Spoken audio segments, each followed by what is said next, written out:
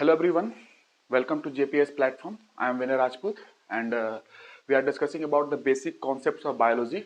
हम लोग जीव विज्ञान की मूल चीज़ों पर बात कर रहे हैं, अंडरस्टैंडिंग क्रिएट करने की कोशिश कर रहे हैं और हमने बेसिक्स पे बात किया। हमने सिलेबस को डिफाइन कर चुका हूँ मैंने पहले से ही, और उसमें मैंने बेसिक्स को स्टार्ट किया था, मूल चीज़ों को स्टार्ट किया था।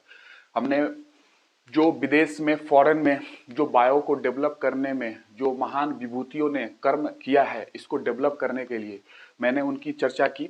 और वो सिर्फ बायो के ही क्षेत्र में उन्होंने काम नहीं किया। जैसे अरस्तु की मैंने बात की थी, तो उन्होंने सिर्फ बायो के क्षेत्र में ही नहीं काम किया था, उन्होंने, मैंने बताया था, फिजिक्स के क्षेत्र में भी काम किया, एस्ट्रोनॉमी के क्षेत्र में भी उन्होंने काम किया।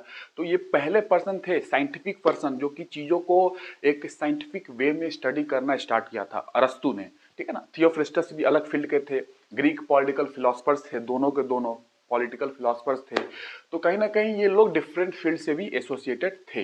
बट मैं बायोलॉजी एस्पेक्ट जो उनका रहा है, जो बायोलॉजी में उनका योगदान रहा है, मैं उसको डील करते हुए चल रहा हूं और मैं धीरे धीरे चीज़ों को लेके आगे बढ़ रहा हूं। ठीक है।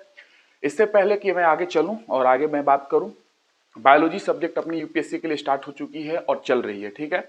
और बायो को मैं कंटिन्यू कर रहा हूँ और बहुत ही जल्दी मैं ये जो हिस्ट्री पोर्शन चल रही है बायो की, क्योंकि मैं अभी भारत के संदर्भ में लोगों को डिस्कस कर रहा हूँ। और आज तो बहुत ही इंटरेस्टिंग क्लास है। आज मैं चरक के बारे में बहुत सारी चीज़ें बताऊंगा और आप भारतीय इतिहास में, प्राचीन इतिहास में उनके बारे में पढ़ते हैं, चरक के बारे में, सुश्रुत के बारे में, पाणिनि, महर्षि पाणिनि के बारे में। तो कहीं ना कहीं आपको वहाँ पे भी हेल्प करेगा ये जो मैं बता रहा हूँ, है ना। बायो में मैं बता ही रहा हूँ, चीज़ों को लिंक कर दे रहा हूँ थोड़ा, ताकि आपको हिस्ट्री आसान हो जाए, है ना। हिस्ट्री में मैं ज़्यादा एंट्री नहीं करने की कोशिश कर रहा हूँ, लेकिन कहीं ना कहीं जहाँ जरूरत है वहाँ आपको लिंक करके मैं देने की कोशिश कर रहा हूँ। तो अपनी बायो चल रही है और जितने भी यूपीएससी के प्रिपरेशन करने वाले लोग हैं, जिनको बेसिक्स, मैं पहले से बता रहा हूँ कि बायोलॉजी एक बेसिक सब्जेक्ट है जो कि डिफरेंट सब्जेक्ट्स में काम आती है।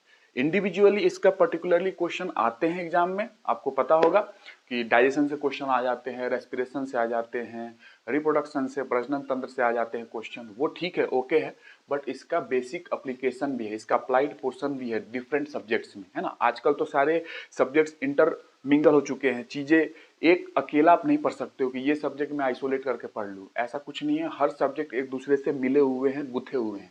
तो इसलिए ऐसे चलने पे इसको बोलते हैं लिंकिंग करना। अगर एक सब्जेक्ट में आप पढ़ रहे हो, दूसरे सब्जेक्ट की कॉन्सेप्ट इसमें आ रही है, तो उसको लिंक करके जितना हो सकता है उतना उसको कवर करें, ताकि यहाँ की कॉन्सेप्ट के लिए जितनी रिक्वायरमेंट है वो उतना रिक्वायरमेंट कवर करे, ताकि ये कॉन्सेप्ट अच्छा हो जाए अपना, है ना। तो डिफरेंट सब्जेक्ट से कॉन्सेप्ट को लेना पड़ता है अगर कोई भी सब्जेक्ट आप पढ़ रहे हो, तो ताकि वो चीज क्लियर हो जाए जो इस सब्जेक्ट में आप पढ़ रहे हो। तो बायो अपनी चल रही है। उसके बाद मैं बहुत ही जल्दी, इनफैक्ट 1 जनवरी के कुछ दिन बाद ही मैं साइंस टेक स्टार्ट करने वाला हूँ यूपीएससी के लिए, और पीएससी जो कॉमन सब्जेक्ट्स हैं। और ये जो मैं पढ़ा रहा हूँ ये यूपीएससी में टोटली काम आएगा, और जो लेक्चर देखेंगे उनको तो पता चल जाएगा, जो तैयारी कर रहे होंगे उनको भी पता चल जाएगा कि हाँ चीजें कितनी अच्छी चल रही हैं, और एग्जाम में आपको क्वेश्चंस बनेंगे, आपकी अंडरस्टैंडिंग बन रही है अच्छी। ठीक है। मैं जल्दी जल्दी भगा नहीं रहा हूँ चीजों को, क्योंकि अगर मैं भगा के चलूँ तो मैं 4 से 5 दिन में बायो खत्म कर सकता हूँ, अगर 4 4 घंटे की क्लास ले लूँ, या मुश्किल से 15 20 लेक्चर में खत्म कर दूँ। लेकिन वही होगा जो लोग कर रहे हैं, है ना। चीज अंडरस्टैंडिंग क्रिएट नहीं होगी। तो मैं यूपीएससी के हिसाब से पढ़ा रहा हूँ, अंडरस्टैंडिंग क्रिएट कर रहा हूँ, ताकि आपको मेंस में भी लिखना है, पीएससी में भी मेंस में लिखनी होती है चीजें। और ये जो मैं लेवल कवर कर रहा हूँ ये किसी भी स्टेट की पीएससी के लिए सफिशियंट है, चाहे यूपी पीसीएस हो, बिहार पीसीएस हो, या एमपी पीसीएस हो, सबके लिए सफिशियंट है। और एमपी पीसीएस की नोटिफिकेशन आ चुकी है, डिफरेंट स्टेट की भी एग्जाम्स के नोटिफिकेशन आने वाले हैं, कहीं कहीं आ चुका है। तो सारे लोगों के लिए मैं यहाँ पे कवर कर रहा हूँ। और एग्जाम से पहले, एमपीपीएससी के एग्जाम से पहले मैं यहाँ पे bio, geography, science technology, environment ecology जो 10th यूनिट है वो पूरी कवर हो जाएगी, और प्री वाली पोर्शन भी इसमें कवर करते चल रहा हूँ मैं। ठीक है ना। तो उसमें कोई दिक्कत नहीं होगी। यूपीएससी का एग्जाम अभी टाइम है, तो यूपीएससी के लिए मैं तो चल ही रहा हूँ, चीजें कंप्लीट हो जाएंगी इजीली, उसमें कोई टेंशन लेना नहीं है। आप फॉलो करते रहें। और क्वेश्चंस, हम लोग क्वेश्चंस करेंगे, कब करेंगे, जब टॉपिक क्लियर हो जाएंगे, टॉपिक कंप्लीट हो जाएगा, उससे रिलेटेड जो क्वेश्चन आए हुए हैं और उससे रिलेटेड जो क्वेश्चन आ सकते हैं उन पे हम बात करेंगे। तो ये अपना, ऐसे हम लोग मूव करेंगे, ये अपना एजेंडा है, ऐसे मूव करना अपने आप को, अपने को। उसके बाद मैं साइंस टेक स्टार्ट करूंगा, जो मैंने पहले बता दिया कि इसके बाद साइंस टेक, जस्ट अभी ये रनिंग में ही रहेगी ये सब्जेक्ट, साइंस टेक बीच में आना स्टार्ट हो जाएगी। और वो science technology UPSC and different state की पीएससी के लिए होगा। कॉमन, ठीक है। और उसको उस तरीके से मैं लेके चलूंगा ताकि दोनों में चीजें आ जाए, आसानी से कवर हो जाए, ठीक है ना। तो ये अपना एक एजेंडा है। और ठीक है, फिर स्टार्ट करते हैं, फिर आगे कंटिन्यू करेंगे। साइंस टे के बाद इन्वायरमेंट इकोलॉजी होगा, उसके बाद फिर जियोग्राफी स्टार्ट करेंगे, फिर फर्दर आगे जो सब्जेक्ट्स है उसको कवर करेंगे। फिजिक्स केमिस्ट्री जो जनरल साइंस में आपके आते हैं, तो physics chemistry depending upon the requirement पहले भी कवर कर सकते हैं या फिर बीच में कहीं कवर कर लेंगे, है ना। तो वो देख लेंगे, आने समय आएगा आगे, तो ठीक है, आगे में देख लेंगे हम इसको क्या करना है, कब कवर करना है फिजिक्स केमिस्ट्री को। तो ये अपना एजेंडा है। और मैं बायो स्टार्ट कर चुका हूँ, आपको पता है, बेसिक्स अपनी चल रही है। मैंने फॉरेन में जितने लोगों ने बायो सब्जेक्ट को डेवलप करने में जो भी योगदान दिया, मैंने उनके बारे में डिस्कस की। और भारतीय संदर्भ में मैं स्टार्ट किया था चरक से, और उससे पहले मैंने हिस्ट्री भी बताई है बायो की, कैसे कैसे बायो की डेवलपमेंट हुई है। तो ये चीजें ध्यान रखना बहुत जरूरी है ताकि कॉन्सेप्ट आपके क्लियर रहेंगे, आपकी अंडरस्टैंडिंग रहेगी कि ऐसी ऐसी बायो सब्जेक्ट मूव की है, जैसे आप हिस्ट्री पढ़ते हो उस तरीके से। तो ये हो गई। उसके बाद अगर मैं बात करूं तो मैंने बायो में भारतीय संदर्भ में मैंने चरक को स्टार्ट किया था, और अब मैं चरक से ही बात करता हूं बिकॉज मैंने पहले सारी चीज को रिवाइज कर दिया हूं। चीजों को मैंने पहले ही 2-3 क्लास में रिवाइज कर चुका हूं मैं, ठीक है। तो मैं आज चरक से स्टार्ट कर लेता हूं। चरक इंडियन कॉन्टेक्स्ट में, और जितना मैंने पिछली क्लास में बताया था उसको हम 2-3 मिनट में बता देता हूं, उसके बाद फिर वहां से कंटिन्यू करता हूं। और कुछ चीजें और अगर ऐड करनी होगी तो मैं वहां पे ऐड कर दूंगा और चीजें, ताकि आपको हिस्ट्री में भी काम आ जाए और यहाँ से लिंकिंग भी बन जाए। क्योंकि यहाँ पे ऐड हो सकता है चीजें चीजें यहाँ पे ऐड हो सकती है, इसलिए मैं यहाँ पे ऐड कर देता हूँ आपको, थोड़ी और लिंकिंग हो जाएगी आपकी अच्छी। इंडियन कॉन्टेक्स्ट में भारत के संदर्भ में हम इसको देख रहे हैं। पहला चरक। अब मैंने चरक की बात की थी, इन्होंने चरक संहिता लिखी, लेकिन मैंने इस पे कुछ चीजें आपको बताई थी पिछले क्लास में कि चरक क्या एक आदमी है। नहीं, ये कहना थोड़ा सा डिफिकल्ट है और सही भी नहीं होगा, बिकॉज चरक का जो काल है वो समय पता नहीं चलता है। आप प्राचीन में बहुत सारे लोगों को देखोगे जो ग्रेट अचीवर्स हैं, जैसे चरक है, सुश्रुत है, पाणिनि है, भास्कर है, ऐसे ग्रेट अचीवर्स जो हैं उनके बारे में, बहुत लोगों के बारे में एग्जैक्ट डेट पता नहीं है हिस्ट्री में कि कब किस समय में कौन थे, ठीक है। लेकिन फिर भी आकलन की जाती है, एक अलग वे है उसको, बिकॉज वेदों का जो जिक्र है ना, इनकी बुक्स में वेदों का जिक्र बहुत है।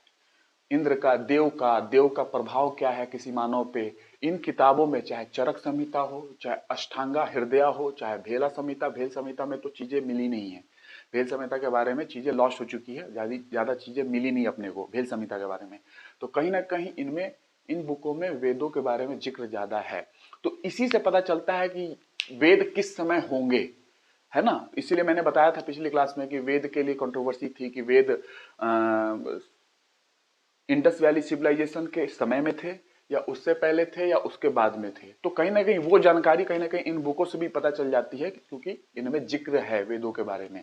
और इनका काल अगर देखा जाए, चरक का काल देखे तो चरक जो है 6th century BCE to 2nd। BCE का मतलब क्या होता है? Before the common era. BC before Christ, before the common era. BCE का मतलब क्या होता है? और सी का मतलब कॉमन एरा, मतलब एडी में है, एनो डोमिनी में हो आप।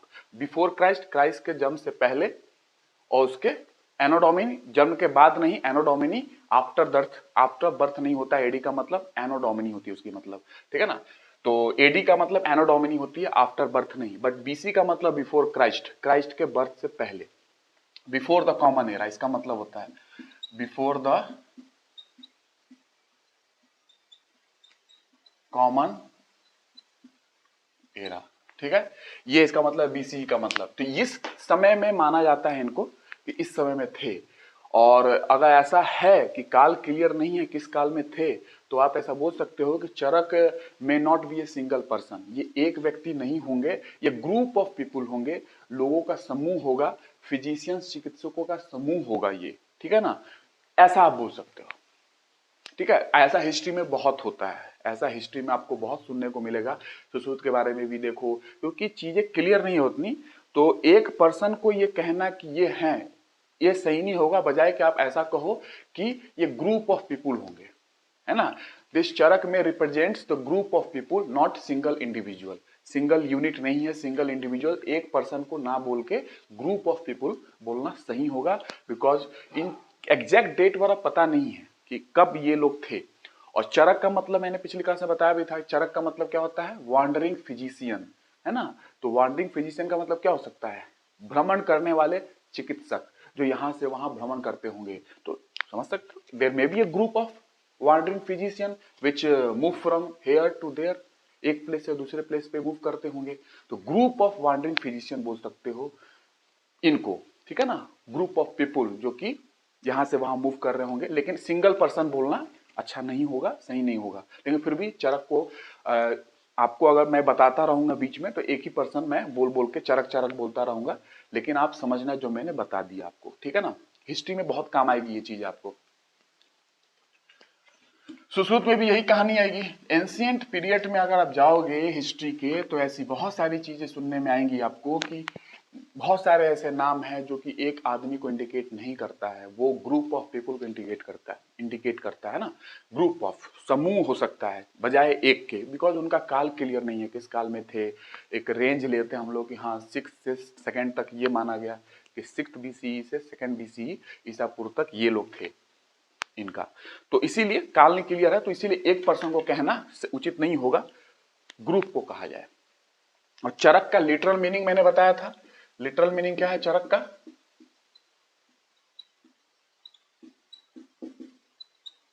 Wandering physician.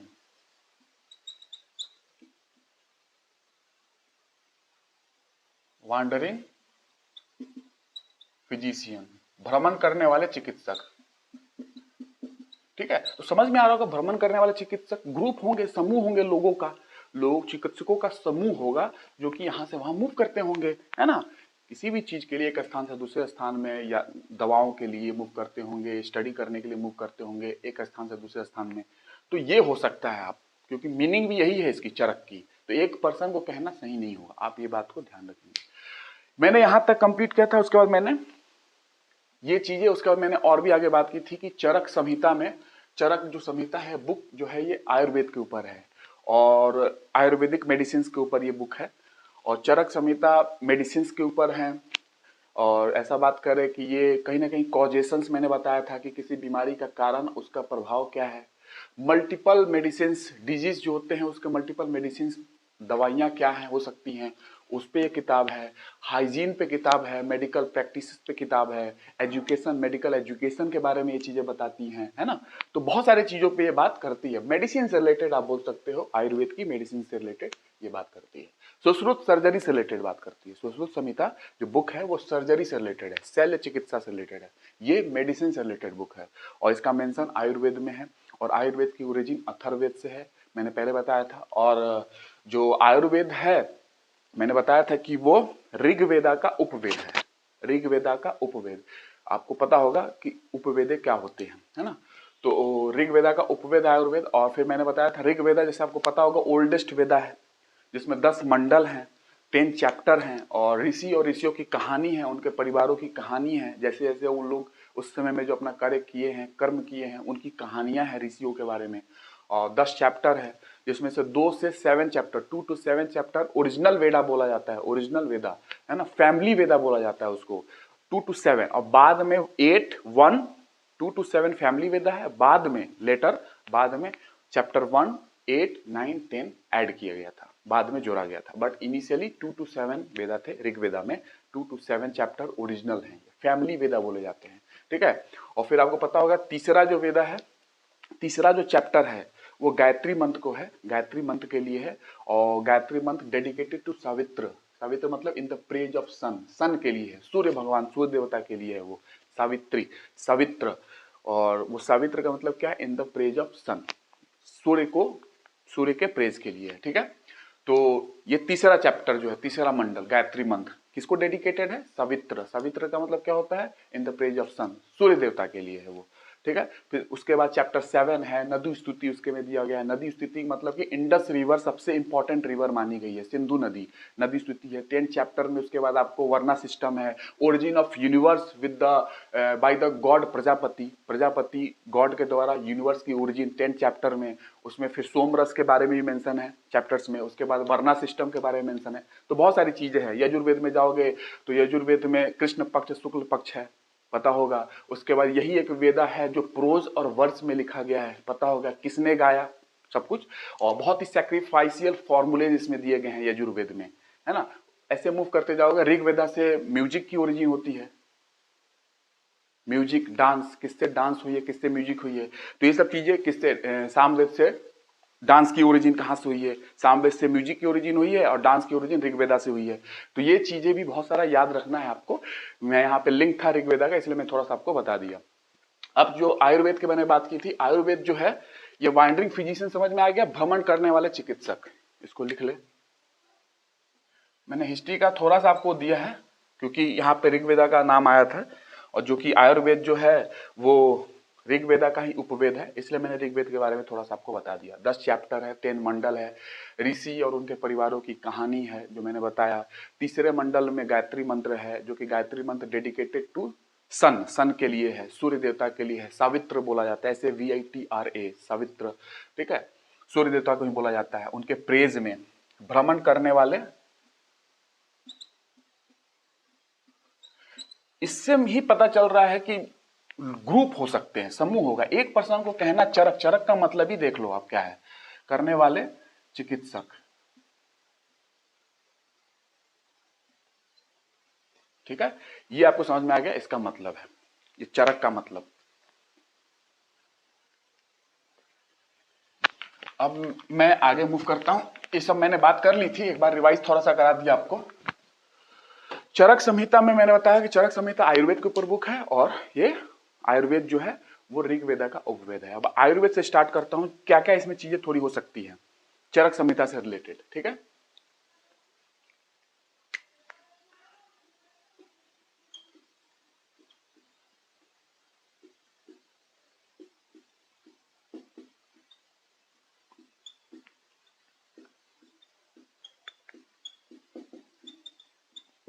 बुक जो मैंने चरक के बारे में बता दिया, आप ध्यान रखेंगे वो कहानी ग्रुप वाली।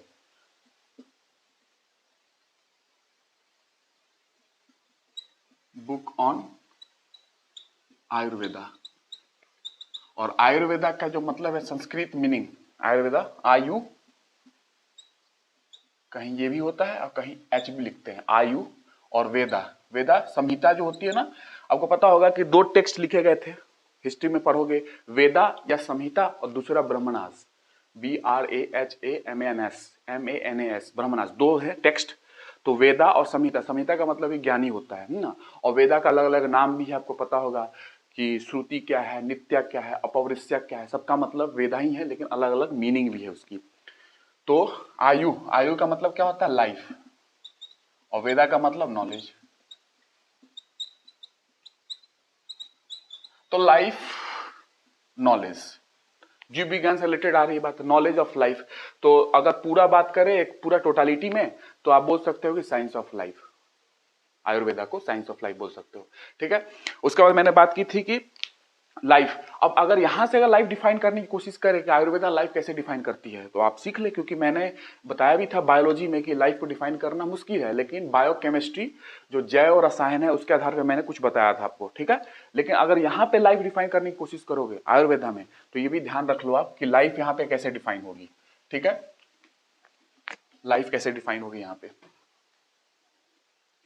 लाइफ यहाँ पे अगर जीवन को डिफाइन करना है तो life is a combination, life मतलब आयु, आयु is a combination, combination of क्या, कॉम्बिनेशन ऑफ बॉडी, शरीर, mind, sense and reincarnating soul, reincarnating soul. Life is the combination of body, mind, sense, reincarnating soul, ठीक है। ये आपको मतलब समझना है जो आयुर्वेदा से पता चलता है। तो क्या है लाइफ, ये आयुर्वेदा लिख लेंगे, और मैं लाइफ को थोड़ा डिफाइन कर दूं आयुर्वेद के हिसाब से। ताकि मैं बता ही रहा हूं तो थोड़ा आपको क्लियर हो। अदरवाइज अगर लाइफ कोई पूछ दे आयुर्वेदा के हिसाब से तो आपको समझ में नहीं आएगा। तो आयुर्वेद जो है वो कहीं ना कहीं आत्मा आत्मा से रिलेटेड बात करती है, परमात्मा आत्मा से रिलेटेड इनमें चीजें हैं जो कि मॉडर्न मेडिसिन बात नहीं करती, एलोपैथी वगैरह इन चीजों पे बात ही नहीं करती है। जो मैंने बताया भी था लाइफ के बारे में, वो ऑर्गेनिक केमिस्ट्री के आधार पर चीजों को बताती है, ठीक है ना। तो life is a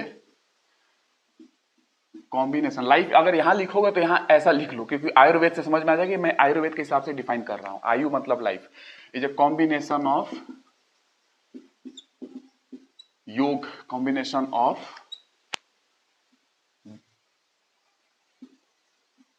body, sense, mind and रीइंकार्नेटिंग।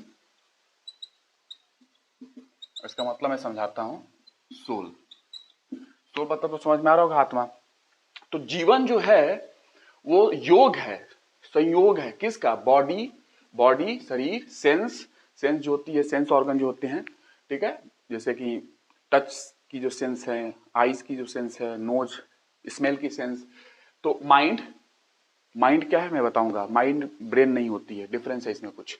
Mind and reincarnating soul मतलब कि पुनर्जन्म लेने वाली आत्मा का संयोग है जीवन। जीवन जो है वो बॉडी, सेंस, माइंड और पुनर्जन्म लेने वाली आत्मा का संयोग है या योग है, कॉम्बिनेशन है उसका। ये है आयुर्वेदा इस चीज को बताती है ऐसे।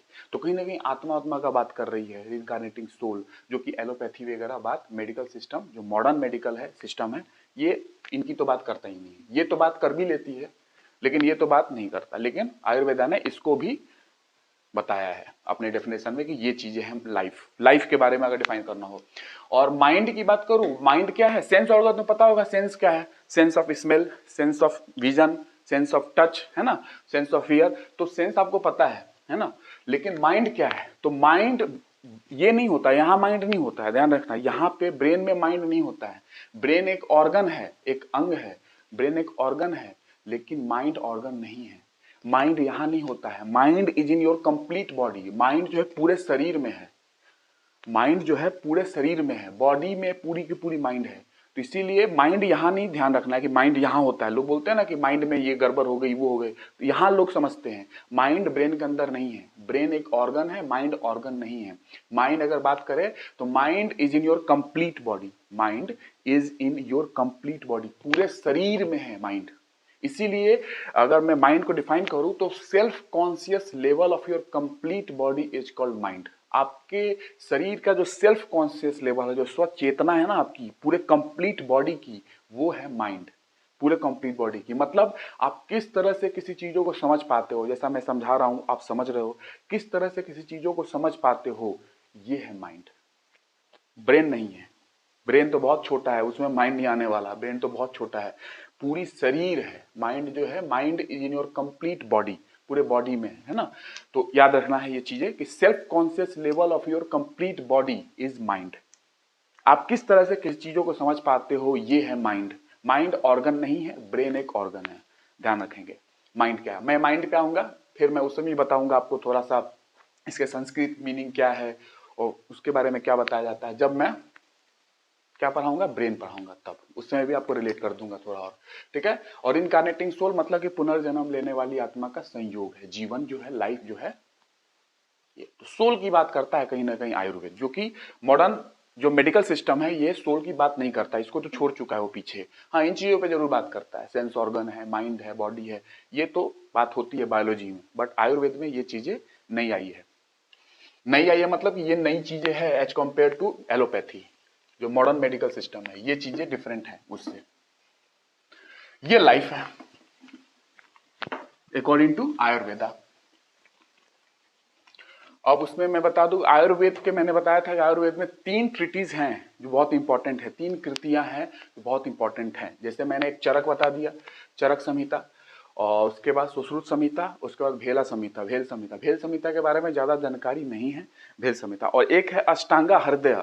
अष्टांगा हृदय भी है, लेकिन आप 3 ही याद रखेंगे, चरक, सुश्रुत एंड भेल संहिता, और एक अष्टांगा हृदय भी है, बहुत सारी चीजें और भी हैं, लेकिन 3 मेन ट्रीटीज यही है, इसी के आधार पे पूरा का पूरा आयुर्वेद का ज्ञान है। चरक, सुश्रुत संहिता एंड भेल संहिता, जो मैंने पिछली क्लास में बता दिया था। उसके बाद बात करूं तो चरक संहिता में ये बात कही गई आयुर्वेद के हिसाब से। चरक ने बोला है कि हमारी बॉडी जो है, हमारी बॉडी में 360 हड्डियां हैं जो मैंने बताई थी, लेकिन वो दांतों को जोड़ के, दांतों को भी इंक्लूड कर लिए थे चरक ने, दांतों को जोड़ के 360 हड्डी है, ये उन्होंने बताया था। और फिर चरक संहिता में कहीं ना कहीं ह्यूमन बॉडी के बारे में भी बात की है। मैंने बताया था कॉजेशंस की बात की गई है कि कोई बीमारी, उसका कारण, उसका प्रभाव क्या है बीमारी का, कॉजेशंस की बात की है। डिफरेंट डिजीज पे मल्टीपल मेडिसिन क्या हो सकते हैं, मेडिसिन की बात की गई है। हाइजीन की बात की गई है, डाइट की बात की गई है, मेडिकल प्रैक्टिसेस की बात की गई है, मेडिकल एजुकेशन की बात की गई है, शिक्षा की बात की गई है, एक आयुर्वेद के हिसाब से क्या क्या शिक्षा होनी चाहिए, 3 चीजों पे बात की गई है, ठीक है। और उसके बाद अगर बात करूं, मैंने हार्ट पे बताया था पिछली क्लास में। हार्ट जो हृदय है वो main controlling centre of body का मेन कंट्रोलिंग सेंटर हार्ट है, अकॉर्डिंग टू आयुर्वेदा, जो चरक में लिखा गया है। यस, आप बात करोगे एलोपैथी के हिसाब से, मॉडर्न जो हम लोग साइंस पढ़ने वाले हैं, जो लाइफ साइंस पढ़ रहे हैं, तो उसमें ब्रेन है, ब्रेन ही है जो सारी चीजों को कंट्रोल करता है। बट हार्ट का भी एक रोल है, मैंने बताया था, मेन रोल है कि पूरे बॉडी में ब्लड को पंप करता है वो, है ना, और ब्लड बहुत सारी चीज कैरी करती है, तो कहीं ना कहीं हार्ट का रोल बहुत इंपॉर्टेंट है। और यहाँ पे ये बात पता भी चल रही है चरक संहिता में कि हाँ, heart is the main controlling centre of your body. और ये 13 ऐसे चैनल से जुड़ी होती है, 13 ऐसे चैनल से जुड़ी होती है हार्ट के बाहर। हार्ट के अंदर की चैनल नहीं बात कर रहा हूं मैं, हार्ट के अंदर की चैनल नहीं, हार्ट के बाहर 13 ऐसे चैनल से जुड़ी हुई है। ऐसे नाली हो सकती है ना, पाइप हो सकते हैं, 13 ऐसे हो सकते हैं, जिसमें से किसी एक में भी, या 2 में, या 3 में अगर कुछ रुकाव आ जाती है, कुछ ऑब्स्ट्रक्शन आ जाती है, कुछ भी हो सकता है, रुक गई, ब्लड का फ्लो रुक गया, तो आपको डिजीज हो जाएंगे, आपको बीमारी हो जाएगी, आपको रोग हो जाएगी, ऐसा उसमें बोला गया है चरक संहिता में। और ये होता भी है, किसी में भी ब्लॉकेज होगा तो कहीं ना कहीं आपको हार्ट पेन हो जाएंगी, कुछ ना कुछ अटैक आ सकता है, आप सुनते भी हो, तो चीजें हैं, वहां से भी निकल के आ रही हैं। तो 13 ऐसे चैनल की बात की गई है। उसके बाद मैंने बताया था कि लाइफ, और यहां पे मैंने ये किया था कि लाइफ का जो मेन एम है अकॉर्डिंग टू आयुर्वेदा मैंने लाइफ को डिफाइन कर दिया आयुर्वेद के हिसाब से। और लाइफ का जो मेन एम है, लाइफ इज ऑफ 4 काइंड, 4 प्रकार के लाइफ बोल सकते हो, उसका जो मेन एम है वो 4 प्रकार के हैं। और मैंने पिछली क्लास में बात किया था कि सुख, दुख, हित, अहित, 4 मैंने बात की थी। तो इसको थोड़ा सा समझा देता हूं। Main aim of life Ayurveda के हिसाब से, याद रखिएगा, चरक संहिता के हिसाब से, मेन एम ऑफ लाइफ,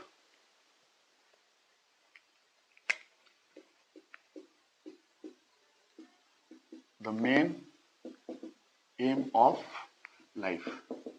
चीजों को ध्यान से सुनते जाए, आपको पता होगा, मिलेगा नहीं जल्दी ये चीजें। मैं बहुत ही रिसर्च करके चीजों को, मैंने बहुत आयुर्वेद पे बुक भी पढ़ी है मैंने, मैं आयुर्वेद पढ़ाने लगूं तो बहुत सारी चीजें हो जाएंगी, लेकिन मैं उतना ही कवर कर रहा हूं, उतना ही कवर कर रहा हूं जितना आपके काम को हो, जो आपके काम के लिए चीजें हैं, जो एग्जाम में पूछी जाएंगी।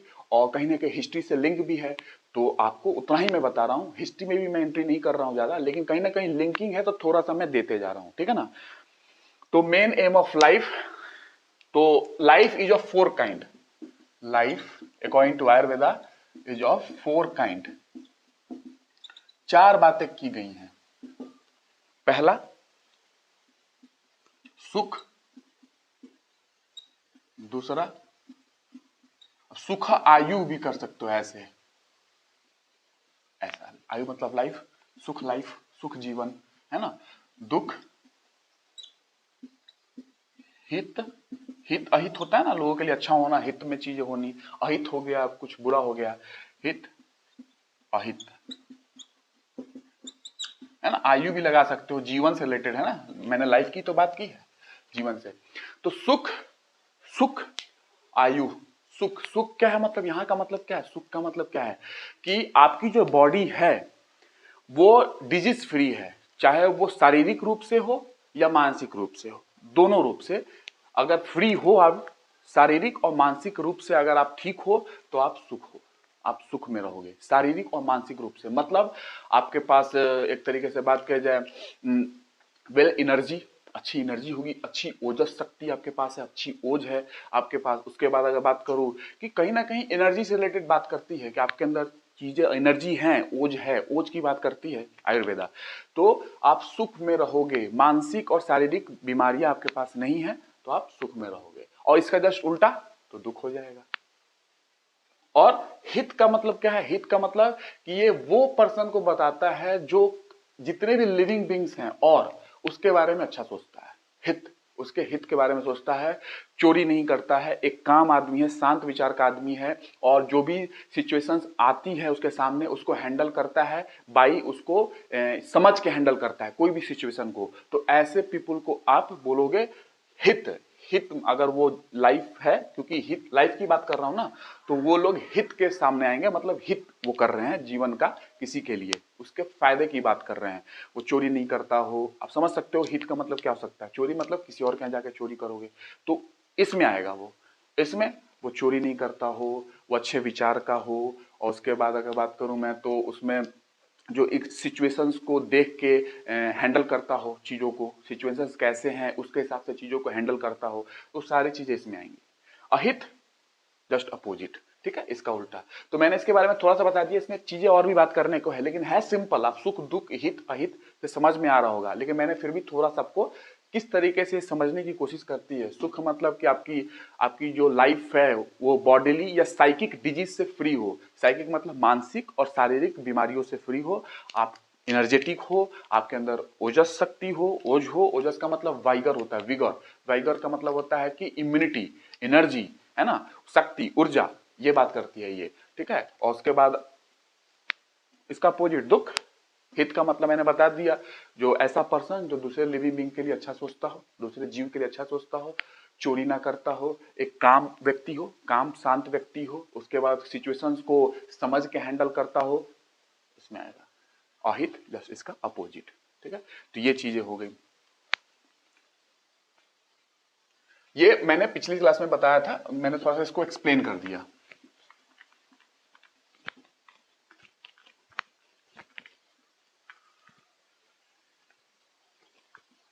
अब मैंने बताया था पिछली क्लास में क्या, कि जो ये ओरिजिनल टेक्स्ट है चरक, मैंने बताया था ना कि चरक ओरिजिनल टेक्स्ट चरक ने नहीं लिखा है। अभी तो आप एक ही पर्सन मान के करो, जैसे मैं बोल रहा हूं वैसे आप समझ चुके हो कि चरक का मतलब क्या है।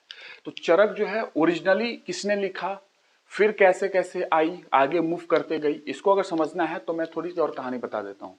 अगर आप देखोगे इंडियन माइथोलॉजी में तो भारद्वाज मुनि थे। भारद्वाज मुनि धरती पे थे और उन्होंने देखा कि बीमारियां फैल रही हैं धरती पे। बीमारियां फैल रही हैं तो कहीं ना कहीं पूजा पाठ करने में, इन चीजों में मन तो लगेगा नहीं चीजों को। अब किसी को बीमारी है तो पूजा पाठ तो कर नहीं पाएगा। तो ऋषि भारद्वाज ने इंद्र से कहा कि ऐसी सी बातें हैं और स्पिरिचुअल चीजें जो हैं, जो पूजा पाठ करने वाला करना है, इसमें दिक्कत आ रही है, बिकॉज बीमारियां फैल चुकी हैं धरती पे। तो ऋषि भारद्वाज ने इंद्र से कहा, क्योंकि इंद्र उस समय इंपॉर्टेंट गॉड थे, है ना। ऋग वैदिक काल में अगर देखोगे आप तो इंपॉर्टेंट गॉड इंद्र ही थे ना। 250 हाइम लिखे गए इंद्र के बारे में ऋग्वेदा में, 250 250 हाइम्स लिखे गए हैं ना उनके बारे में, दोहे वगैरह श्लोक वगैरह लिखे गए इनके बारे में। तो 250 इनके बारे में है, इंद्र के बारे में है ऋग्वेदा में। इसीलिए इंद्र से क्यों कहें भारद्वाज मुनि ने, क्योंकि इंद्र उस समय सबसे इंपॉर्टेंट गॉड थे, सबसे इंपॉर्टेंट। ऋग्वैदिक काल में इंद्र को सबसे इंपॉर्टेंट माना गया है। इंद्र। अग्नि के बारे में कितने हैं? 200 हाइम्स, ठीक है। अग्नि के बारे में 200 है। ऐसे बहुत सारे लोगों के बारे में 150, किसी और के बारे में आपको पता होगा किसके बारे में 150 हाइम्स है। तो इंद्र इंपॉर्टेंट गॉड हैं उस समय ऋग्वैदिक काल में, इसलिए ऋषि भारद्वाज उनसे ये बात कहते हैं क्योंकि वो सबसे सुप्रीम है उस समय। तो उनको इंद्र ने ऋषि भारद्वाज को ये जो चरक वाली जो ज्ञान है ना, जो आप समझ रहे हो कि आयुर्वेद, ये ज्ञान उनको देते हैं भारद्वाज मुनि को। और भारद्वाज मुनि, अब कहानी यहां से बहुत अलग अलग है कि भारद्वाज मुनि अत्रियों को देते हैं, क्योंकि अत्रिय भारद्वाज मुनि उस समय ये लोग थे, एक समय के हैं। तो भारद्वाज मुनि अत्रियों को देते हैं, या अत्रिय के 5 शिष्य, कहीं कहीं 6 भी लिखा हुआ है, कहीं कहीं 5 भी लिखा हुआ है, 5 शिष्य में से अत्रिय के अग्निवेश उसको देते हैं। समझ में आ रहा है? भारद्वाज मुनि को मिला इंद्र से ज्ञान, और इंद्र से ज्ञान मिला भारद्वाज मुनि को। और अब जो कहावत है, एक कहावत है, ये एक बात यही कही जाती है कि भारद्वाज मुनि ने अग्निवेश को नहीं, ऐत्रेय को ज्ञान दिया। ऐत्रेय जो मैंने बताया था, और ऐत्रेय के शिष्य अग्निवेश उनको मिला। ठीक है, लेकिन दूसरी कहानी ये है कि भारद्वाज मुनि ने ऐत्रेय को दिया, और ऐत्रेय ने वो ज्ञान किसको दिया, एक और शिष्य उनके, दूसरे शिष्य उनको दिया, है ना। 5 शिष्य थे ऐत्रेय के, कहीं कहीं 6 भी लिखा हुआ है ना। भेला जो है, भेल है ना, मैंने भेल संहिता बताई है, तो भेला ऐत्रेय के ही शिष्य थे। और ऐत्रेय कहाँ के रहने वाले थे, ऐत्रेय रहने वाले थे कहाँ के, तक्षशिला गांधार के, तक्षशिला गांधार के रहने वाले थे ऐत्रेय। तो मैं इसके बारे में बता दूं थोड़ा, ये कहानी है, वहां से ये ज्ञान चल के आई है, इंद्र से भारद्वाज मुनि, भारद्वाज मुनि से मैं एक ही वाला कॉन्सेप्ट लेके चलता हूं जो ज्यादा फेमस है। ठीक है, लेकिन अगर बुक में देखोगे तो ऐत्रेय ने ज्ञान किसी और को भी दिया है ऐसा बोला गया है, लेकिन हम अग्निवेश को लेते हैं। तो भारद्वाज ऋषि मुनि, ठीक है, इनको ज्ञान कहां से मिला, इंद्र से मिला। इनको इंद्र से मिला क्योंकि ये धरती पे बीमारियां फैली हुई थी, छाई हुई थी, तो लोगों को पूजा पाठ करने में, जो स्पिरिचुअल एक्टिविटीज होते हैं वो करने में दिक्कत आ रही थी। तो इन्होंने इंद्र से बोला कि ऐसी सी बात है, इंद्र ने इनको ज्ञान दिया, उस ज्ञान से आप ट्रीटमेंट कर सकते हो। ठीक है, तो भारद्वाज मुनि ने ऐत्रेय को दिया। ठीक है, ऐत्रेय, ऐत्रेय ने, इनके 5 शिष्य, और कहीं कहीं 6 भी लिखा हुआ है, 5 शिष्य में से इन्होंने अग्निवेश को दिया। ये ज्ञान ऐसे मूव करते आ रहा है, अग्निवेश को मिला। अब अग्निवेश ने लिखा अग्निवेश तंत्र, उसी ज्ञान के आधार पे।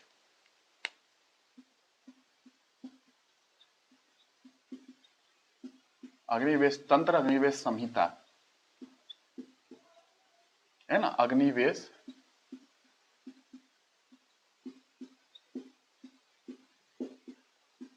तंत्र, ये ज्ञान को इन्होंने लिखा।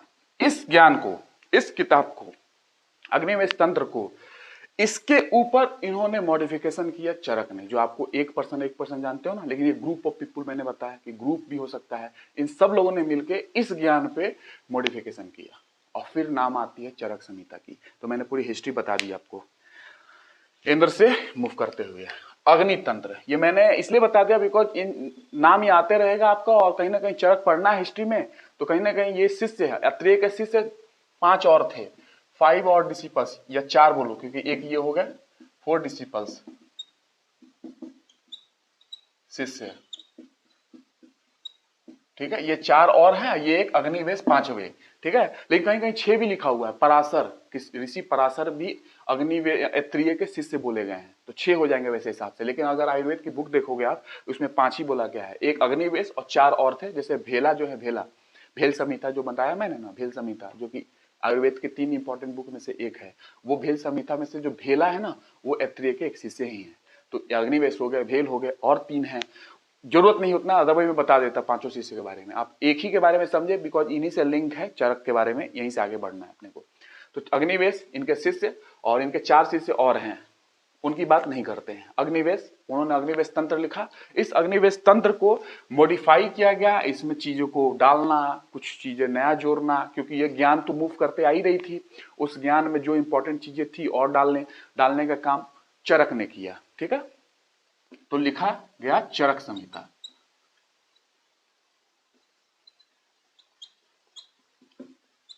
चरक संहिता ऐसे मूव किया है, नॉलेज मूव करते गई, चरक संहिता आया ऐसे। अब चरक संहिता बुक आयुर्वेद पे है, तो सारा ज्ञान जो इकट्ठा है ना पहले से, इन सारी चीजों को इसमें मॉडिफिकेशन के साथ, कुछ बदलाव के साथ अग्निवेश तंत्र में ये आया है, चरक संहिता। चरक संहिता पे पहुंच गए। अब चरक संहिता के अंदर मैं कुछ बता दूं कि चरक संहिता के अंदर में क्या है। ये कहानी है इंद्र से मूव करते हुए। इंद्र से क्यों बोले ये, क्योंकि इंद्र ऋग्वैदिक काल में बहुत ही इंपॉर्टेंट गुरु थे, इंपॉर्टेंट गॉड थे। 250 हाइम उनके बारे में लिखी गई, आपको मैंने बता दिया पहले ही। अग्नि के बारे में 200 हाइम्स हैं। तो इंपॉर्टेंट गॉड उस समय इंद्र ही थे। जैसे कि इंपॉर्टेंट नदी ऋग्वैदिक काल में सिंधु थी, सिंधु नदी सबसे इंपॉर्टेंट नदी थी, इसी उसके हिसाब से जैसे इंद्र भी थे इंपॉर्टेंट गॉड ऋग्वैदिक काल में, वैदिक काल में। ऋग्वेदा में ये मेंशन है 250 हाइम उनके बारे में।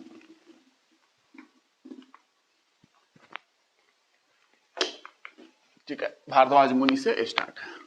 भारद्वाज मुनि आश्रम आप लोगों ने सुना भी होगा, आपने अगर रामायण महाभारत रामायण में अगर सुना है तो उतनी जाने की जरूरत नहीं है, जितना जरूरत था आयुर्वेद के हिसाब से मैंने उस हिसाब से बता दिया आपको।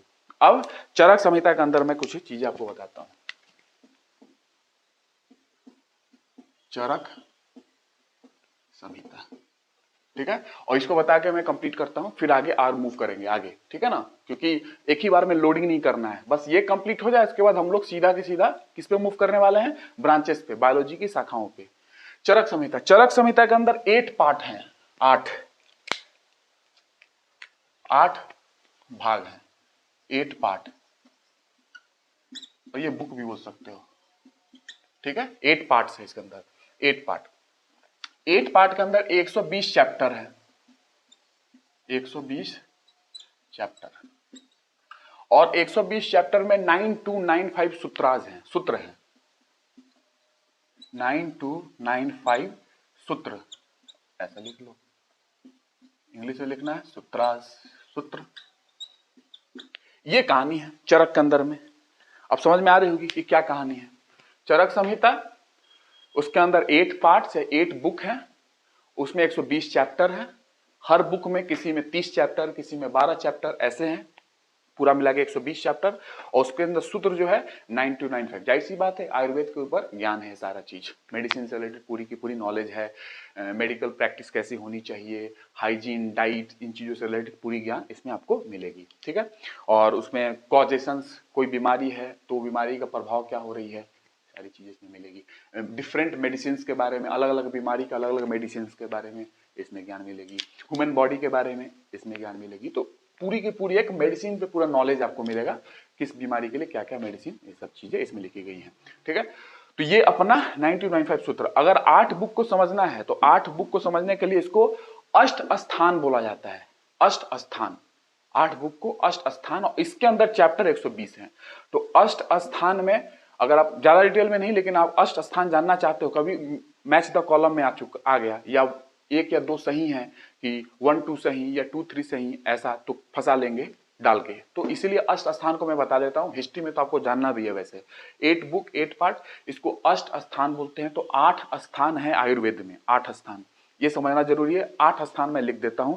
तो सूत्र स्थान, निदान स्थान, विमान स्थान, शरीर स्थान, क्या है, सूत्र स्थान, सूत्र स्थान पहला स्थान है, ये 8 स्थान है ना, मैंने बताया ना, सूत्र स्थान, निदान स्थान, विमान स्थान, शरीर स्थान, ये 4 स्थान हो गए। उसके बाद चिकित्सा स्थान, चिकित्सा स्थान के बाद, अगर चिकित्सा जैसे समझ में आ रहा होगा ना, चिकित्सा रोग वगैरह को देखना, चिकित्सा स्थान, सिद्ध स्थान, सिद्ध स्थान के बाद उसके बाद बात करूं तो कल्प स्थान, कल्प स्थान, उसके बाद इंद्रिय स्थान, कल्प स्थान, इंद्रिय स्थान। तो ये 8 स्थान है पूरे, लिख लो।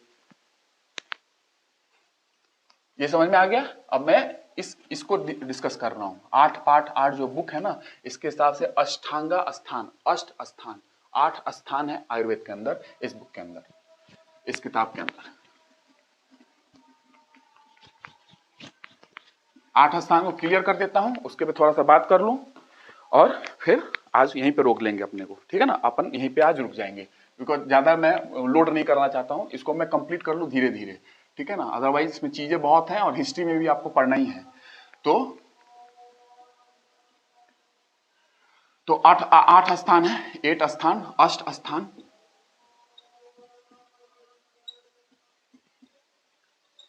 ठीक है, अष्टांगा बोलते हैं,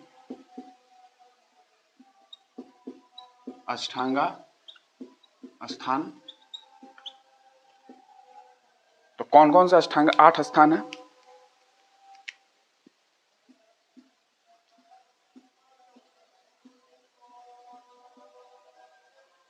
पांच, 6, बस नाम समझ लो, थोड़ा सा मतलब ही समझना तो समझ लो। 120 चैप्टर इसके अंदर डिस्कस हैं जो मैंने बताया था, और 9295 92 95 9295 सूत्र है उसके अंदर, ठीक है। तो सूत्र स्थान, ठीक है, सूत्र स्थान, सूत्र स्थान, निदान स्थान, ठीक है। सूत्र स्थान, सूत्र स्थान में क्या हो सकता है, सोचो, जनरल प्रिंसिपल्स जो है ना, जनरल प्रिंसिपल जो सामान्य चीजें हैं, पूरी चीजें इसमें लिखी गई हैं सामान्य चीजों के बारे में। निदान मतलब कि क्या हो सकता है, किस चीज से रिलेटेड हो सकती है निदान, निदान समझते हो ना, हिंदी मतलब ही समझ में आ रही है कि निदान किस चीज से रिलेटेड है। निदान, तो निदान पैथोलॉजी से रिलेटेड है। सूत्र स्थान, निदान स्थान, विमान स्थान, पैथोलॉजी, पैथोलॉजी बीमारियों से रिलेटेड है। विमान स्थान, विमान स्थान, विमान स्थान में कोड ऑफ एथिक्स है। कोड ऑफ एथिक्स मतलब कि नर्स के लिए, डॉक्टर के लिए क्या क्या होना चाहिए, पेशेंट के प्रति कैसा व्यवहार होना चाहिए, कैसे ट्रीट करना है, विमान स्थान, ठीक है। शरीर स्थान, हिंदी सिंपल है, निदान, सूत्र, विमान, शरीर स्थान। शरीर स्थान 5वां नंबर पे अगर बात करूं तो इंद्रिय स्थान, इंद्रिय जानते हैं ना, सेंस ऑर्गन, इंद्रियां, इंद्रिय स्थान 6ठा। इंद्रिय स्थान के बाद ये सूत्र स्थान हो गई। सूत्र स्थान में जनरल प्रिंसिपल्स है। निदान स्थान में पैथोलॉजी, रोग से रिलेटेड जो भी बीमारियां हैं, जो पैथोलॉजी में जाते हो ना, पैथोलॉजी जो टेस्ट लैब्स होती हैं, जो बीमारियों का चेकअप कराते हो, तो निदान स्थान वो है। विमान स्थान में आपको बात करो तो इसमें डॉक्टर्स और नर्स के लिए बताई गई हैं चीजें कि पेशेंट के प्रति कैसा आपको ट्रीटमेंट देना है पेशेंट को। शरीर स्थान, शरीर के बारे में समझ में आ रही होगी। और इंद्रिय स्थान, इंद्रियो सेंस ऑर्गन के बारे में है। तो ये हो गई। उसके बाद चिकित्सा, चिकित्सा स्थान, कल्प स्थान और सिद्ध स्थान, ये 8 स्थान है। और इसके अंदर पूरे चैप्टर्स बटे हुए हैं, 120 चैप्टर। लेकिन मेरे हिसाब से अगर जान लो चैप्टर किसमें कितना कितना है तो सही रहेगा। एक इसमें 30 चैप्टर हैं, 30 चैप्टर हैं इसमें, ठीक है। सूत्र स्थान मैंने बताया था जनरल प्रिंसिपल, जनरल प्रिंसिपल्स को लेके है सूत्र स्थान। और जनरल प्रिंसिपल मतलब सामान्य जो प्रिंसिपल हो सकती हैं, सारी इसमें चीजें लिखी गई हैं ट्रीटमेंट से रिलेटेड। निदान स्थान में 8 चैप्टर है। निदान स्थान किससे है, पैथोलॉजी से रिलेटेड है, रोग से रिलेटेड चीजों के बारे में से बताई गई है। पैथोलॉजी मतलब होती है, पैथोलॉजी टेस्ट होती है ना, आप जानते होंगे। फिजियोलॉजी है तो बॉडी सही चल रही है, लेकिन बॉडी में कुछ प्रॉब्लम आई तो pathology. Normal working mechanism of the body physiology, working mechanism body की कुछ कार्य प्रणाली में गड़बड़ी हुई तो पैथोलॉजी आ जाएगी, है ना। पैथोलॉजी मतलब रोग आ चुका है, आप टेस्ट कराओगे, तो ये हो गई। अब विमान स्थान, विमान में क्या लिखा है, नॉर्मल कोड ऑफ एथिक्स है इसके अंदर, नर्सों के लिए, नर्स के लिए, ठीक है। तो इसके अंदर कितने चैप्टर हैं, इसके अंदर आपको 8 चैप्टर है विमान स्थान में, ठीक है। तो ऐसे चैप्टर्स बटे हुए हैं। सिद्ध स्थान में भी तुमको मिलेगा 8 चैप्टर, 12 चैप्टर इसके अंदर मिलेंगे सिद्ध स्थान में, 12 चैप्टर। तो ऐसे पूरे 120 चैप्टर बटे हुए, 8 चैप्टर इसमें भी है। लेकिन मुझे नहीं लगता कि इतना आपसे पूछा जाएगा, बस आप इतना रखें, इतने स्थान है बॉडी के अंदर अकॉर्डिंग टू चरक संहिता। उन्होंने 8 चैप्टर 8 पार्ट में बांट के रखे हुए हैं और 8 बुक है एक तरीके से। अष्टांगा स्थान बोलते हैं, इसके अंदर 120 चैप्टर है और उसके अंदर आपको 9295 सूत्र हैं।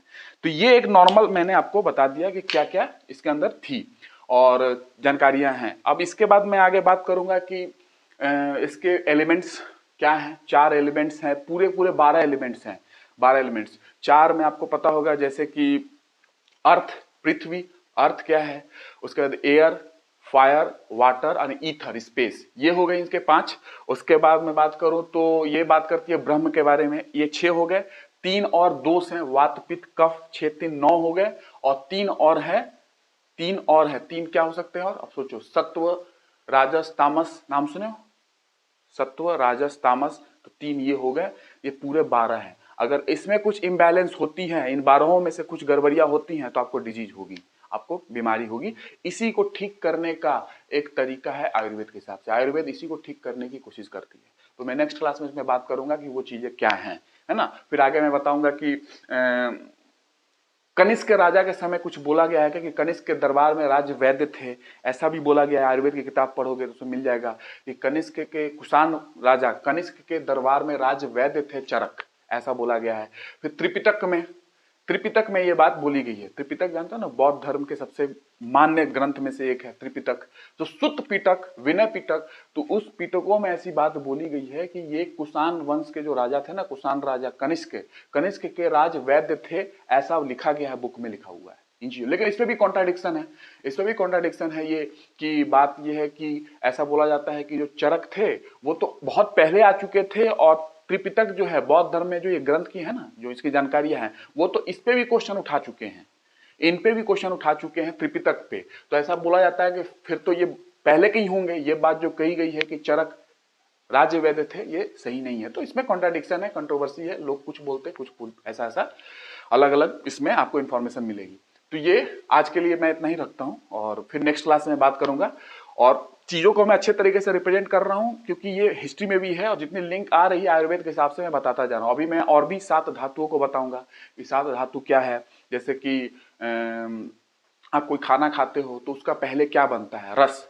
आयुर्वेद के हिसाब से रस, जब कोई खाना खाते हो उसका पहला जो ट्रांसफॉर्मेशन होगा वो रस होगा, रक्त होगा, मांस, मेद, अस्थि, मज्जा, शुक्र। ये 7 स्थान में 7 धातु बोले जाते हैं। शुक्र मतलब कि वीर्य। तो ये जो सीमेन है ना, वो रिप्रोडक्टिव फ्लूइड है ना। तो ये 7 स्थान 7 धातु हैं, इसी के आधार पर पूरी बॉडी चलती है ना। और ऐसे ऐसे ये रस, रक्त, मांस, मेद, अस्थि, मज्जा, शुक्र ऐसे बनती हैं। रस मतलब प्लाज्मा, रक्त मतलब ब्लड, मांस मतलब मसल, अस्थि मांस मतलब मसल, मांस, मेद मतलब फैट है ना। अस्थि, अस्थि का मतलब आपको पता होगा, अस्थि मतलब हो गई बोन, अस्थि मज्जा बोन मैरो, और शुक्र मतलब की होगी सीमेन से रिलेटेड रिप्रोडक्टिव फ्लूइड है ना। इन चीजों पर मैं नेक्स्ट क्लास में बात करूंगा। तो आज के लिए मैं इतना ही रखता हूं, और बाकी आप इतना याद रखेंगे, इसमें चैप्टर्स की जरूरत नहीं है। 8 इसमें भी है, ऐसे 120 चैप्टर पूरे हैं। बट जानकारी इतना ओवर नहीं करना अपने को, क्योंकि हिस्ट्री में पढ़ना है तो वहां पे थोड़ा सा इन पे और बात होगी। जहां आप पढ़ोगे, या तो मैं तो शायद कवर नहीं कर पाऊंगा हिस्ट्री, बिकॉज बहुत सारे सब्जेक्ट अपने को लेने हैं यहाँ पे।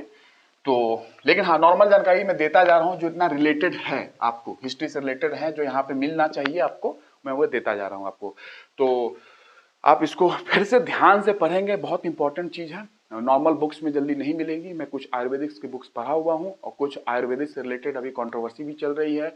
एलोपैथी आयुर्वेदिक में कोरोना में आपने देखा कि कैसे बहुत टकराव हुए, तो मे भी क्वेश्चन बन सकते हैं। और दूसरी बात ये है कि ये चरक और सुसुप्त से रिलेटेड बातें हैं, क्योंकि हिस्ट्री में आपको पढ़ना भी है, एंशिएंट हिस्ट्री में, इसलिए मैंने इन चीजों के बारे में इतना बात किया। ये रीजन था, है ना। कोई भी चीज ऐसे नहीं है, सब काम की चीजें हैं। तो आज के लिए इतना ही रखते हैं, और इसको ध्यान से रिवाइज करेंगे। और मुझे पूरा उम्मीद है जो मैंने समझाया आपको समझ में आया होगा। और इसी के साथ आज का लेक्चर यहीं पे फिनिश करते हैं। थैंक यू, और I hope you can understand all those things जो मैंने बात की है। आप चीज़ों को समझ पा रहे होंगे, और यही मेरा एम है, चीज़ों को समझाना, जो सिंपल करके मैं कोशिश कर रहा हूँ समझाना। मैंने चरक को भी लाया तो समझा के लाया कि हाँ कैसे आई है चरक संहिता, इंद्र से, भारद्वाज मुनि से लेते हुए होते हुए। तो आज के लिए इतना ही रखते हैं। Thank you.